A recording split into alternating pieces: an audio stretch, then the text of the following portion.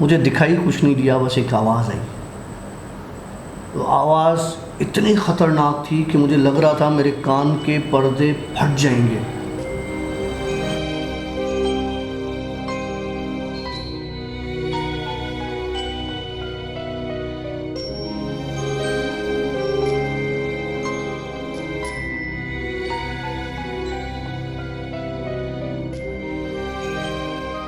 और my friends, अस्सलाम वालेकुम, वेलकम टू येट अनदर आशी डेली व्लॉग्स। जिन स्टोरी के साथ मैं हूँ आशी और हमारे साथ मौजूद है डॉक्टर काशिफ। सर अस्सलाम वालेकुम। वालेकुम सलाम। ये हमारा दूसरा टेक है। दूसरा नहीं है, तीसरा टेक है यार। 2 बार रिकॉर्डिंग कर चुके हैं, लेकिन जैसे हम उसको प्ले करके चलाते हैं वो रिकॉर्डिंग हो ही नहीं रही। ये तीसरी बार हम रिकॉर्ड करने जा रहे हैं, इस वजह से हम लोग हंस रहे हैं। और मैंने फिर से मुंह में अब टॉफ़ियाँ भी रखी हैं, मुझे उल्टी की तरह फील होना शुरू हो गया यार। वाकई इसमें जादू है। तो जब भी ऐसे आता है ना, ये सारे कांड तभी होते हैं। वेल, स्ट्रेट अवे चलते हैं। स्टोरी पे बहुत देर हो चुकी है, अब इतनी हम मेहनत कर चुके हैं, अब ताकत नहीं है कि हम इसको 2 घंटे की स्टोरी बना सकें। चल डॉक्टर साहब, स्ट्रेट अवे स्टोरी पर। हाँ बिस्मिल्लाहिर्रहमानिर्रहीम। भाई, माहौल बना लें, हेडफोन्स और सुकून के साथ, कोई काम ना हो, कोई डिस्टर्बेंस ना हो। स्टोरी सुनेंगे तो फिर मज़ा आएगा। जिस तरह हम लोग मूवीज़ देखें, लाइट भी खुल गई, फुल हो गई लाइट, तो जिस तरह हम लोग ने मूवी देखते हैं तो चिप्स पॉपकॉर्न्स लेकर सुकून के साथ हेडफोन्स लगा के दिया, माहौल बना के फिल्म देखते हैं। इसी तरीके से माहौल बनाए, स्टोरी का एंजॉय करें। स्टोरी को स्टोरी के हद तक लीजिएगा, इसको ये मत समझिएगा कि भाई बस उदम हो जाएगा, ये हो जाएगा, वो हो जाएगा, ऐसा कुछ भी नहीं है। चल डॉक्टर साहब स्टार्ट, बिस्मिल्लाह। मैंने अपने परनाना का एक किस्सा सुनाया था, जो हमने एक व्लॉग में भी रखा था, चुटिया वाली चुड़ैल। हाँ, राइट। उस किस्से से लिंक किस्सा सुना रहा हूँ जो मेरे साथ हुआ है। ओके, बिस्मिल्लाह। अब वो चीज़ें जो है ना, वो मुझे लगता है वो मेरा परनाना था असल में। उन्होंने उस चुड़ैल की चुटिया काट दी थी और फिर उनको कस्में वस्में दी थी, और इस तरह से उनका एक सारा वो हुआ था। वो बहुत पुराना किस्सा है, मतलब यूँ सोच ले मेरे वो नाना के भी वालिद थे। पर वो हमने पिछली एक स्टोरी में बताई है, बहुत सारा किस्सा बताया, वो आप उसको चेक कर सकते हो। अच्छा, मुझे एक किस्सा मेरी नानी ने बताया था कुछ अर्सा पहले। शायद मेरे दिमाग पे वो किस्सा एक नक्श कर गया है। जैसे लोग मुझे कहते हैं ना कि इल्यूजन्स होते हैं। ठीक है, होते होंगे इल्यूजन्स मेरे भाई। मैं कह रहा हूँ इसको आप सिर्फ सुनो, ये समझ लो कि मेरे इल्यूजन्स हैं। मैं अपनी काम की जगह से निकला, ऑफिस से, ठीक है, वर्क स्टेशन से निकला, और मैं घर जाने के लिए तैयारी पकड़ी। तकरीबन ये रमज़ान से पहले की बात बता रहा हूँ, और मुझे वहाँ से निकलते निकलते 8:30 हो गए थे। वो था संडे। ओके। और संडे को मैं अमूमन ऑफिस जाता नहीं हूँ। दूसरे दिन था 23 मार्च, और मुझे मेरे बॉस ने कहा था कि यार, क्योंकि वो लॉकडाउन स्टार्ट होने लगा था, तो तुम चले जाओ ज़रा देखने के लिए वहाँ पे, और रमज़ान का भी कुछ सिस्टम होना है, तो वहाँ पे ग्रॉसरी वगैरह इस तरह की चीज़ें ना, राशन वगैरह जो है वो पूरा है नहीं है, और मैनेज करके सारी चीज़ें फिर निकल जाना। मैं उस वजह से संडे को भी ऑफिस चला गया था डायरेक्ट। वहाँ से निकलते निकलते मुझे तकरीबन 8 साढ़े 8 हो गए। मैंने वो एक सर्विस रोड है M9 पर, सर्विस रोड के साथ मेरा वर्क स्टेशन है। उससे आगे जाओ तो ईदी विलेज है। ईदी विलेज के बाद M9 का टोल प्लाजा आता है। वो एक पूरा सुनसान एरिया है। DHA से पहले चाड़ी है एक, मतलब आप यूँ समझ लो कि चाड़ी उतरते हैं, DHA पर बिल्कुल यूँ चाड़ी पर आके DHA, उसके बाद एक चाड़ी उतरती है। वो चाड़ी उतरने से, मतलब उतर के मुझे 1 मिनट गुजरा था, तो 8:30 बजे मुझे वहाँ पर एक औरत नजर आई। अच्छा। अब वो औरत के पास कोई सामान नहीं था। मैं कहूँ कि किसी की कोई गाड़ी ख़राब हो गई हो, अगर गाड़ी ख़राब हो गई तो आसपास कोई गाड़ी होनी चाहिए, और चलता हुआ मोटरवे है, उस पर गाड़ियाँ आती जाती हैं, बड़ी गाड़ियाँ होती हैं, छोटी गाड़ियाँ भी होती हैं। मैं चूँकि चाड़ी उतर रहा था, स्पीड में था, मैंने उस औरत को ऐसे देखा, मतलब, और मेरी गाड़ी गुजर गई। मैंने सिर्फ एक झलक देखी कि कोई औरत खड़ी थी। अब मुझे नहीं पता वो लिफ्ट के हिसाब से खड़ी थी या किसी और हिसाब से खड़ी थी।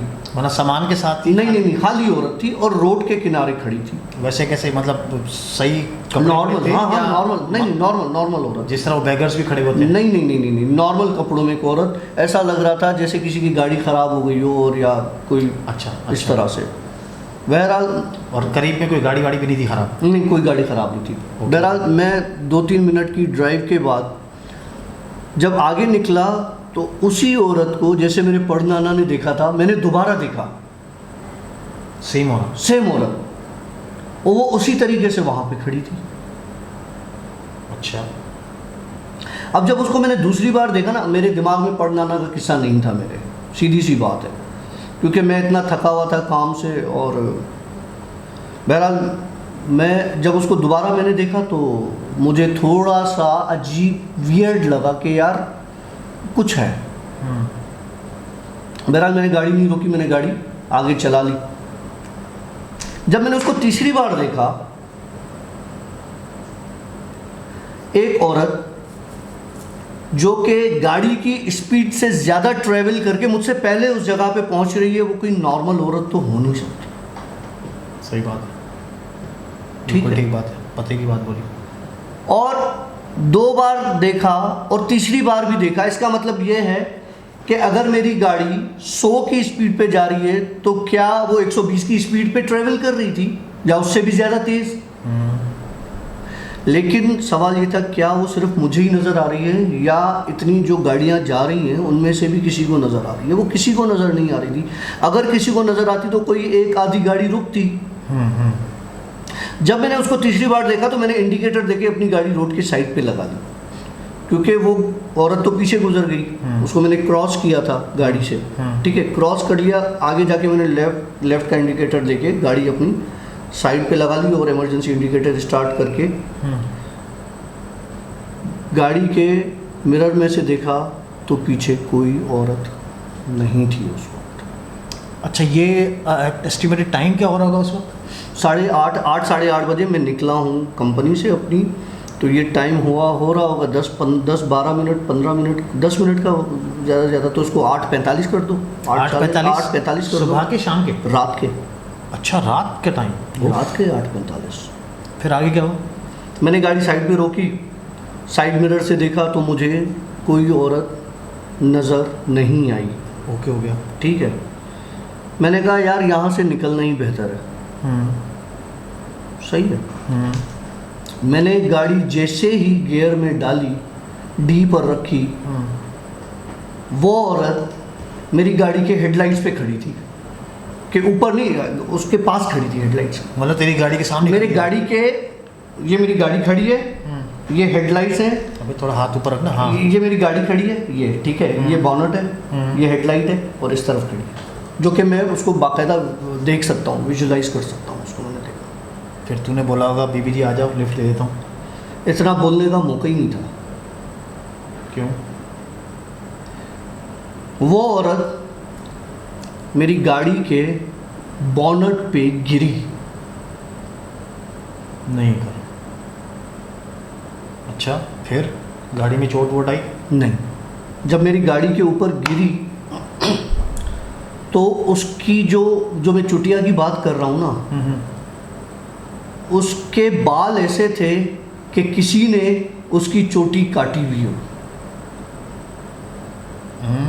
लेकिन तेरे नाना ने तो कसम दी थी उसको। हाँ, मेरे नाना ने उसको कसम दी थी कि तुम किसी को तंग नहीं करोगी, मेरे ख़ानदान में, मेरे जानने वालों में, मेरे आगे पीछे की नस्लों में।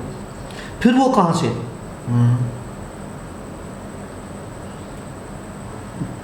जब उसको बॉनेट पे देखा, मैं गाड़ी से उतरा, फ़ौरन उतरने की देर थी, मेरी गाड़ी के बॉनेट पर कोई नहीं था। अच्छा, जब से तू तेरी गाड़ी के ऊपर गिरी, तू गाड़ी ड्राइव कर चुका था या गाड़ी खड़ी? गाड़ी सिर्फ मैंने डी में लगाई थी, अभी डी में लगाई थी, मुझे बॉनेट के पास नज़र आई और बॉनेट पर गिरी। लाइट भी कम हो गई। हाँ, गिरी तो मैंने गाड़ी पी पे करके उतरा। मैंने कहा देख, जैसे गाड़ी से उतरा तो बॉनेट पे कोई नहीं था।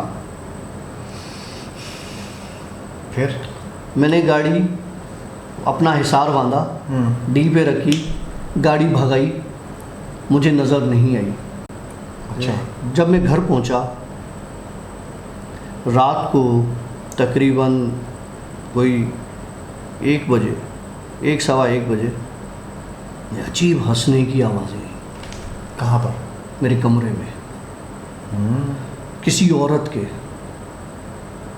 और ये देखो अब वो औरत के आप शायद महसूस कर सकते हो, गूज़बम्स। हाथ भी ठंडे हो गए भाई तेरे। हाँ वो इतनी डरावनी आवाज़ें थी हंसने की, ऐसा लग रहा था कोई मुझे वार्न कर रहा है, कोई मुझे डराने की कोशिश कर रहा है। आप लोग कहते हो मुझे डर नहीं लगता, मुझे डर लगता है मेरे दोस्त, मुझे सही का डर लगता है। कभी कभी मुझे इतना डर लगता है कि मुझे ये डर होता है कि मैं कहीं अपने साथ कुछ गलत न कर बैठूं, इतना भी मुझे कभी मेरे ऊपर ये चीज़ें हावी हो जाती हैं। अल्लाह रहम करे। लेकिन जब उसके हंसने की इतनी ज़ोर से आवाज़ें आईं तो मुझे डाउट हुआ कि यार ये अब मामला जो है ना, ये मुझे फिर मेरा दिमाग दौड़ा कि यार ये बाल इसकी चुटिया कटी हुई है, कहीं ये वो तो नहीं है जो मेरे पड़ नाना को नज़र आई थी और मेरे पड़ नाना ने उस चीज़ को मुझे दिखाई कुछ नहीं दिया, बस एक आवाज़ आई। तो आवाज़ इतनी ख़तरनाक थी कि मुझे लग रहा था मेरे कान के पर्दे फट जाएंगे।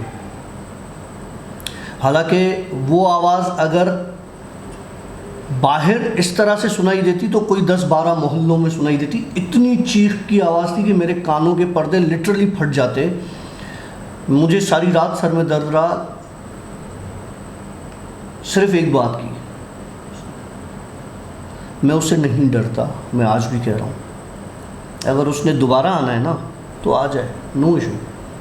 लेकिन मैं ये किस्सा बता रहा हूँ इसलिए कि लिंक कर रहा है और मेरे परनाना के साथ लिंक कर रहा है। उसने कहा मेरी बात क्यों की। अच्छा, मतलब ये गुस्से में आ गई थी, तैश में आ गई थी। मेरी बात क्यों की। लेकिन शायद उसको कसम दी हुई है तो उसने मुझे कोई नुकसान नहीं पहुंचाया और वो नहीं पहुंचाएगी। लेकिन उसने दिखाई तो दिया ना, मतलब ये इसको तो नहीं करना चाहिए था, असूलन नहीं करना चाहिए था। लेकिन शायद मुझे आदत है वो चीज़ों को छेड़ने की।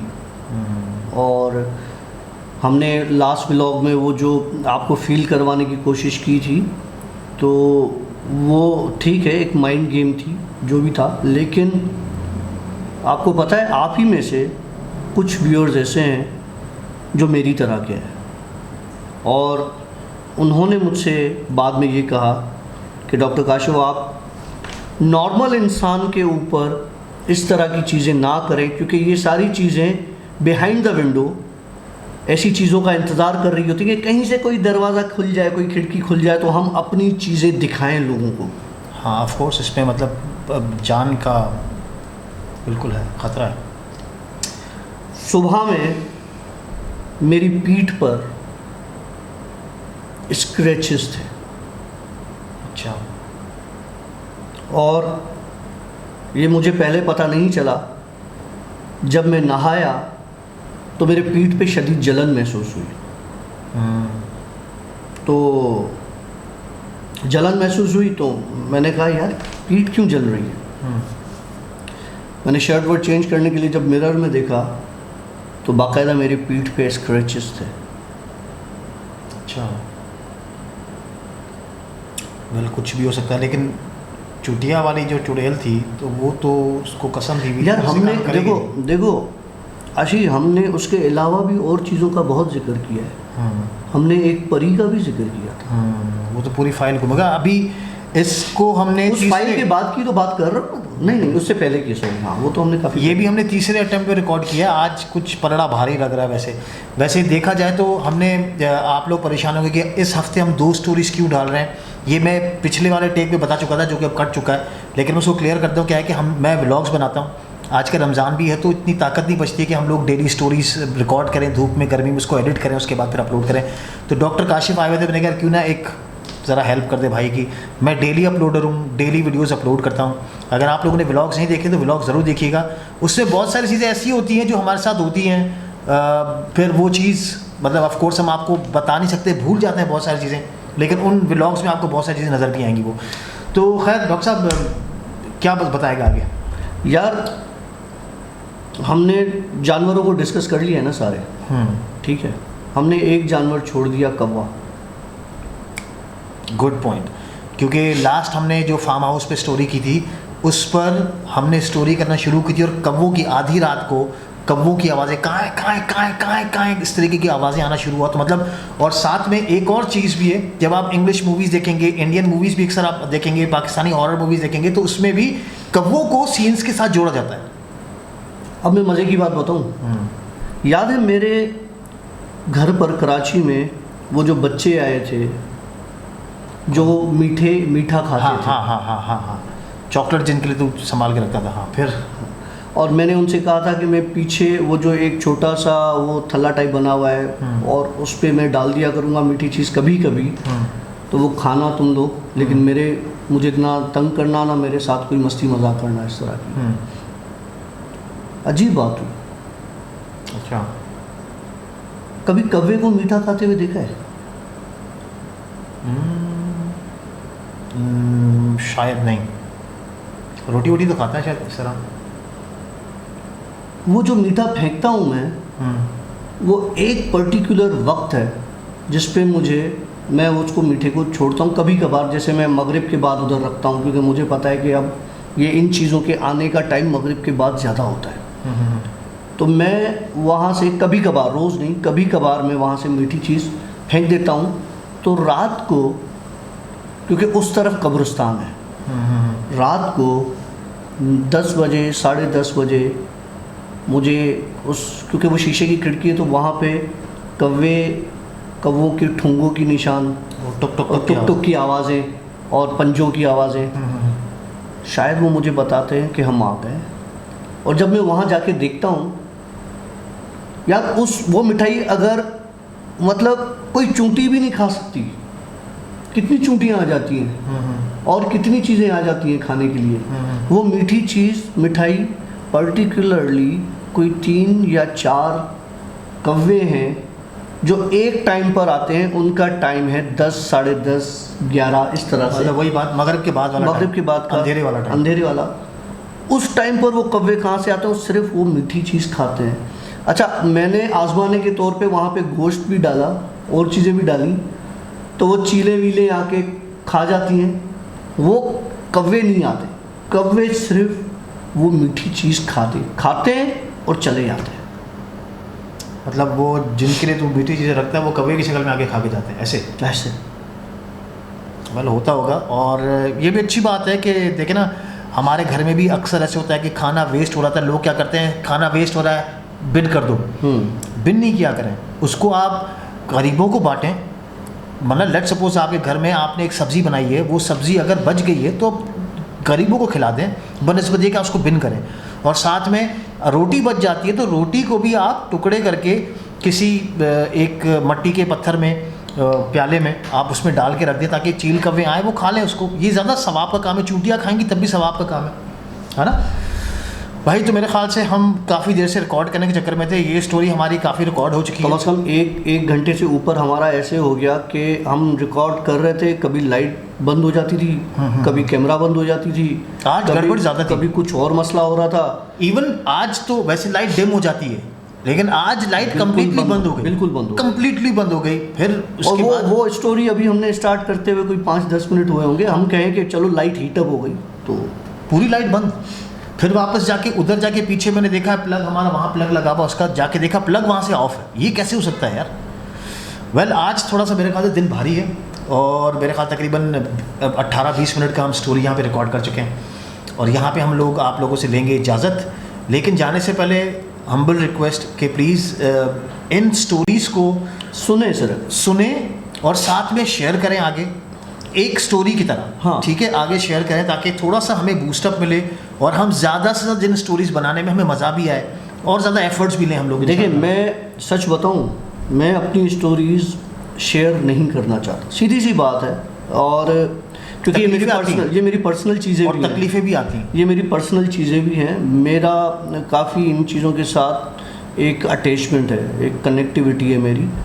मैं उनको छेड़ता हूँ, उनका डिस्कस करता हूँ, कहीं ना कहीं उनको बुरा लगता है, नो दैट। लेकिन मैं आप लोगों से इसलिए शेयर करता हूँ कि मेरे जैसे बहुत लोग हैं आप लोगों के दरमियान, आपके अपने घर में आपका भाई, आपकी बहन, आपका बच्चा, ऐसे बहुत से लोग हैं जो कि आप लोगों से ये सारी चीज़ें डिस्कस नहीं करते। अगर शायद कोई कर रहा हो तो आप लोग उसे कोई साइकेट्रिक इलनेस कह रहे हो, नहीं ऐसा है, सुन लिया करें, उनको सुना करें उनको। अक्सर बच्चे भी आके आपको कुछ ना कुछ चीज़ें बताते हैं कि मैं इसके साथ खेल रहा हूँ, ये इशारे करते, तो उन पर गौर करें। मेरे तो एक रिलेटिव ने ये तक आके बता दिया था मुझे कि मेरी बेटी रात को मतलब 10 दिन तक अपनी एक एक उंगली का पूरा नाखून खा जाती है, फिर आखिर में उसमें से ब्लीडिंग होने लग जाती है। यार कोई नॉर्मल बच्चा इस तरह से नहीं करता। पूरा नाखून खा जाती है? पूरा नाखून खा जाती है और उसमें से ब्लीड होना शुरू हो जाता है। मतलब सुबह में वो पूरा नाखून नहीं होता उसका, उसे नाखून के ज़रात लगे हुए होते। तो वो बच्ची खुद ही खाती है? खुद ही खाती है, वो कहते हैं खुद ही खाती है। अब वो कहते हैं खुद ही खाती है, हमें क्या पता है यार वो बच्ची खुद ही खाती है या कोई और। आपका नाखून एज से थोड़ा सा कट जाए तो आप तकलीफ़ में किरा उठते हो, आप पानी में हाथ नहीं डाल सकते। वो बच्ची पूरा नाखून कैसे खा सकती है? ये सारी रियलिटीज़ हैं, ये सारी पुरस्कार चीज़ें जो है ना, ये सब इस दुनिया में हैं। बहुत सारी चीज़ें हैं, मिस्ट्री, बहुत सारी चीज़ें जो हैं जिनका कोई जवाब नहीं होता, वो जवाब इन जगहों पे जाके मिलता है, कुछ ना कुछ होता है। मेरी बातों का भी कोई जवाब नहीं होता। तू ऐसी बातें नहीं कर, कभी लाइट फुल हो जाती है, कभी डम जाती है, तेरी बातों भी बंद होती है वैसे लाइट। वेल मेरे ख्याल से अब मिलेंगे नए व्लॉग के साथ, एक नए पॉडकास्ट के साथ। और प्लीज़ इसको हर जगह पे शेयर करें, अपनी फेसबुक वॉल्स पे शेयर करें, व्हाट्सएप पे शेयर करें। अगर आप ट्रस्ट करते हैं तो, मतलब अगर आपको अच्छी लगी तो शेयर कीजिए। और अपने जो आपके सर्कल है, जो आपका फ्रेंड सर्कल है, उनको बताइए कि आशी डेली व्लॉग्स की जो जिन स्टोरीज़ है वो आप देखें, इंटरटेनिंग है, ठीक है। आप वो स्टोरीज़ खुद भी सुने, एंजॉय करें और अपने दोस्तों के साथ, अपने फैमिली मेम्बर्स के साथ भी शेयर करें। और एक मज़े की बात बताऊं, ये आशिकी कैमरा जब से ऑन हुई है सिर्फ मेरा फेस डिटेक्ट करने में लगी हुई है कि इसका चेहरा है कहाँ। हाँ, बात तो सही कर रहे हैं। मैं अपने मोबाइल से ज़रा रिकॉर्ड करता हूँ अभी। ठहर जा, रुक जाओ अभी।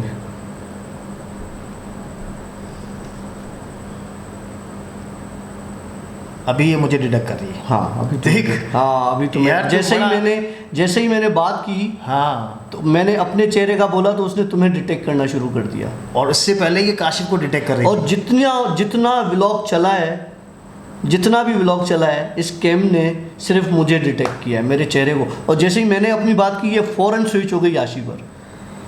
वेल कुछ चीज़ें होती हैं ऐसी जिनका कोई जवाब नहीं होता। अब मेरे ख्याल से भाई डॉक्टर साहब, थैंक यू वेरी मच, तूने मेरा बड़ा काम निकाल दिया है। जिंदाबाद वाला।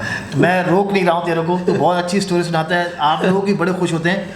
लेकिन बहुत लेट हो चुका है, 1:45 हो रहे हैं, 1:45 हो रहे हैं। अब मुलाकात करेंगे इंशाल्लाह ताला एक नए व्लॉग में, एक नए जिन स्टोरीज़ के साथ। तब तक के लिए सिया, बाय बाय, अल्लाह हाफ़िज़। व्लॉग्स मेरे ज़रूर देखिएगा, एंजॉय करेंगे। Family vlogs, complete pure family धमाका। Thank you very much, bye bye.